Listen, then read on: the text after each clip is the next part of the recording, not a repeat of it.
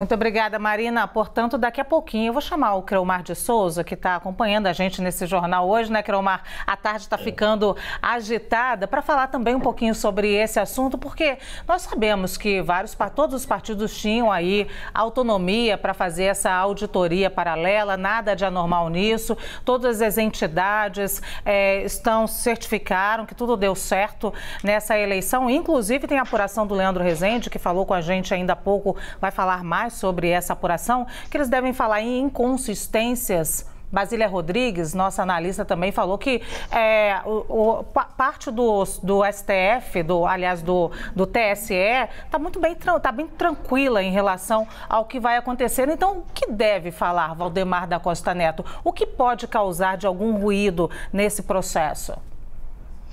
Então, Luciana, eu creio que esse é um ponto importante. O que a gente está vendo hoje dentro do que seria esse grande grupamento político bolsonarista que perdeu a eleição, que vai ocupar postos chaves em alguns estados, como o governo de São Paulo, por exemplo, e vai ter representatividade dentro do Congresso. Nós temos duas ações. Uma ação que envolve a manutenção desse agregado, dessa base se manifestando nas ruas, em alguns lugares de maneira pacífica e em outros já desbancando para situações que a gente poderia categorizar como outro tipo de situação, né, porque envolve violência.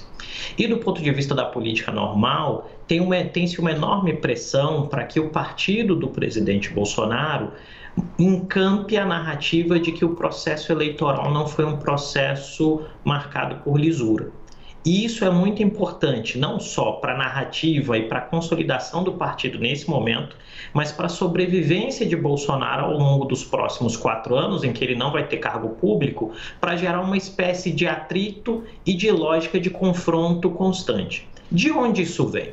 Isso vem, em determinado sentido, de uma repetição da mesma estratégia que Trump fez nos Estados Unidos. Lá nós tivemos o 6 de janeiro e após o 6 de janeiro, Trump tentou e continuadamente tenta ter controle do Partido Republicano e pressionar as outras instâncias para dizer que o processo não funciona, né? Trump esperava, só para fazer um rápido paralelo, que tivesse um grande número de senadores e de deputados comprando essa ideia de que a eleição foi fraudada, de que o sistema estava comprometido. Lá isso não funcionou como se esperava. O que nós vemos aqui então, e aí é importante a audiência lembrar, que no Brasil se vota quase a cada 2 anos. Este movimento já pensa nas eleições municipais daqui a 2 anos, e aí Valdemar Costa Neto fica pressionado entre o fogo e a caldeirinha, porque em determinado sentido, ele como liderança de um partido que tem registro na Justiça Eleitoral, que já tem um passado em que ele sofreu inclusive sanção de liberdade, quer assumir uma posição de criticar o sistema para agradar esses grupamentos bolsonaristas, mas, de outro lado, ele se coloca com um alvo nas costas em termos da justiça eleitoral. O que nós vamos ver, então, possivelmente, é uma manutenção dessa narrativa, uma manutenção de frases e falas que não fazem muito sentido, como, por exemplo, inconsistências, mas você não indica quais são essas inconsistências, dúvidas, mas você não diz onde residem essas dúvidas, porque isto é importante para manter essa massa mobilizada. E essa massa mobilizada é voto em primeira instância e é capital político para Bolsonaro em segunda instância e para o seu grupo político se manterem competitivos durante os próximos 4 anos. Massa mobilizada, desculpa, Sidney, só para arrematar aqui com o Creomar, massa mobilizada que espera alguma sinalização e que às vezes pode perder o controle, dependendo da sinalização, não, Creomar?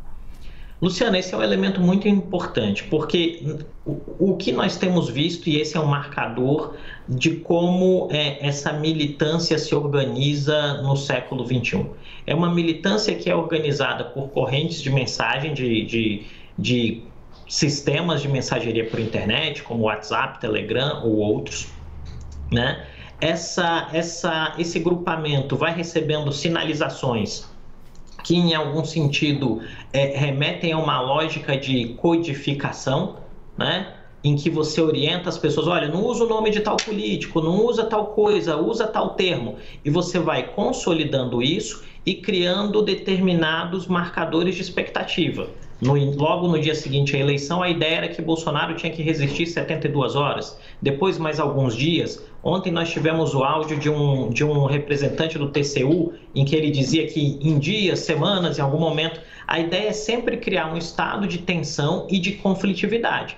O problema, e esse é um marcador que não acontece apenas no Brasil, vai acontecer nos Estados Unidos, em todas as outras democracias que hoje sofrem com essa mobilização de extrema, seja ela de extrema direita ou de extrema esquerda, é que quando você faz um processo continuado de instigar as pessoas acerca de que algo aconteça, em algum momento pode acontecer, né? E aqui a gente está falando de violência em específico.